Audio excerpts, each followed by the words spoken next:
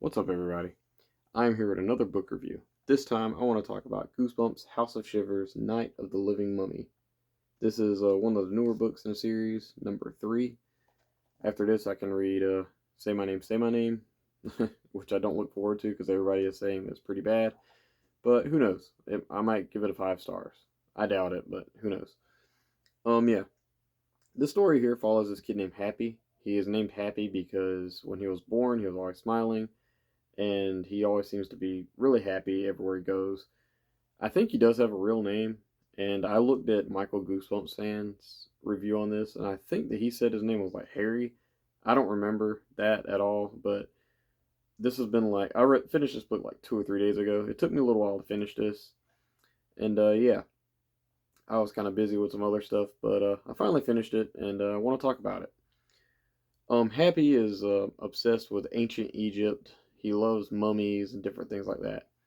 He's very excited to learn that he is going on the school trip to this museum, and supposedly there is a real mummy at this place. He gets there, and his teacher, Mr. Horvat, Horvat, tells Happy not to leave the class, stay with them and all this stuff. Of course, this is a Goosebumps book, so he sneaks off, and he sees that the mummy thing is closed and it won't be opened until like later on, and not that day that they're there. So he's very disappointed, but he decides to go anyway. He sneaks off, and the security guard first stops him, and the security guard tells him to get back to his class. He leaves.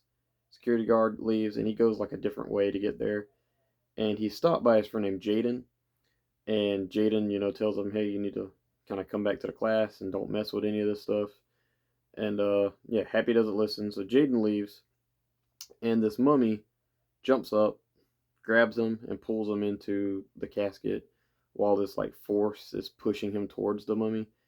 And after this, we cut into two different timelines. That's present day. We cut into this ancient Egypt timeline, so many thousands of years ago. And yeah, in this timeline, we follow this kid named Ramen. I think it's Ramen or Ramon. It's like Ramon or Raman. Not sure. I didn't feel like reading the back. I don't think it says on the back anyway. But yeah, um, he is this ruler of Egypt after his dad passes away. He's like really young, like 12, 13, and he is basically ruling Egypt, which is crazy because I think I read that like in Egypt, they were ruled by like a lot younger people anyway. So this isn't that much of a shock, but reading it is kind of weird. He has this little amulet thing that he carries with him that his family passed down, and it gives him like powers and stuff like that. And yeah, one night while he is sleeping, something terrible happens to him, and I'm gonna try not to spoil anything in this book because it is very easy to spoil. Basically, something happens, and a person in this story gets turned into a mummy, and we cut back and when he turns into a mummy, another person is grief stricken, and they want the mummy to be brought back to life. So they hire this sorcerer named Vathor, Vathor, and he tries to bring him back to life. He doesn't, he fails, he leaves. Later on, the mummy actually does come to life. Everybody's very happy about this. They want to thank Vathor, but nobody can seem to find him. And it turns out that he used his time travel powers to travel into the future. But they realized that the amulet that was in the casket with the mummy, which, if you're following this, I probably already spoiled what I wasn't supposed to spoil, but the amulet's gone.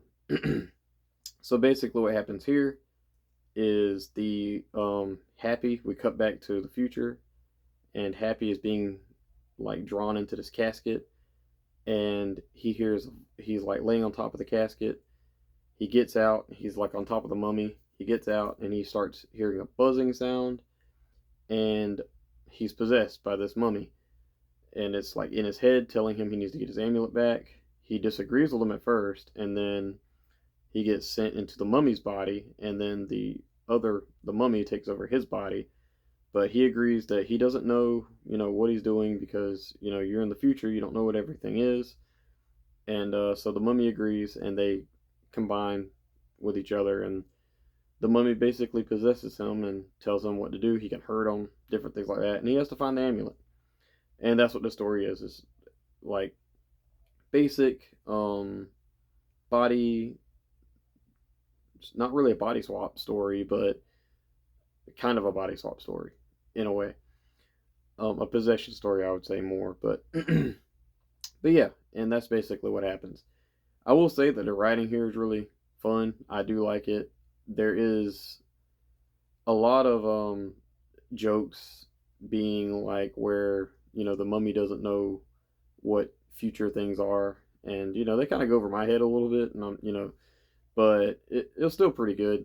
One of the more funny scenes in this book is the mummy that possesses Happy um, can detect where the amulet is at, and he goes next door to where the amulet is at, and he ends up in this like homeless man's house that's like his house burnt down, and the guy's like, "Oh, just don't call the cops on me or whatever." And I thought that was just so random, and it was weird too because that's no, no kids should be out going to homeless people's houses, but yeah, it was very weird, very uncomfortable, but very funny too.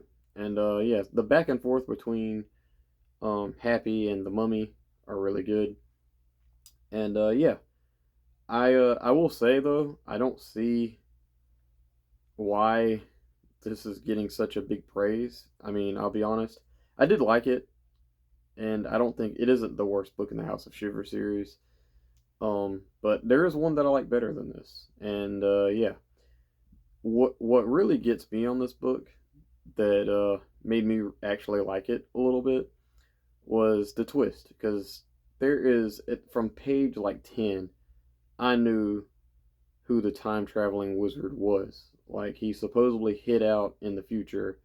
I knew who he was. Like, it's something to do with a name. If you paid attention to what I'm being saying, you probably guess who it is. It was very painfully obvious of who it was. But there's a twist towards the end, and I said to myself, I was like, Stein, you really got me, because I didn't expect that. It involves somebody else.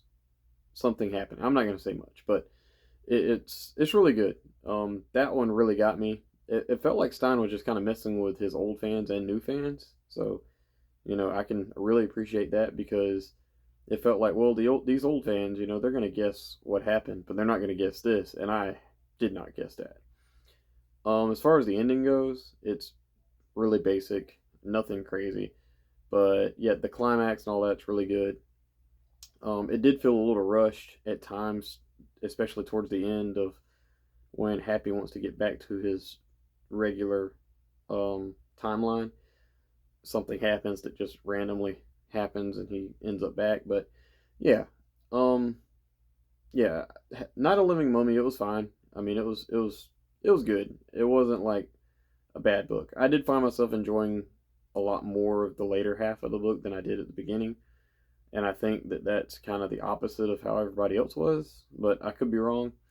I did look at a lot of people's reviews, and every one of you, everybody in the Goosebumps community has given this thing like a 4.5 out of 5 stars. I don't think anybody give it 5 stars that I know of, but watched quite a few videos. I'm not gonna go on that route. I'm actually giving this a 3 out of 5 stars. I thought it was pretty good, but I didn't think it was an amazing, great book. I did think Goblin Monday was a little bit better. Um, I know that's crazy, but whatever. Yeah, 3 out of 5 stars for me, guys. That's really all I know anything else to say about Night of the Living Mummy. Please let me know in the comments below how wrong I am about this book. And yeah, I think that's it for me, guys. Thank you. Bye bye.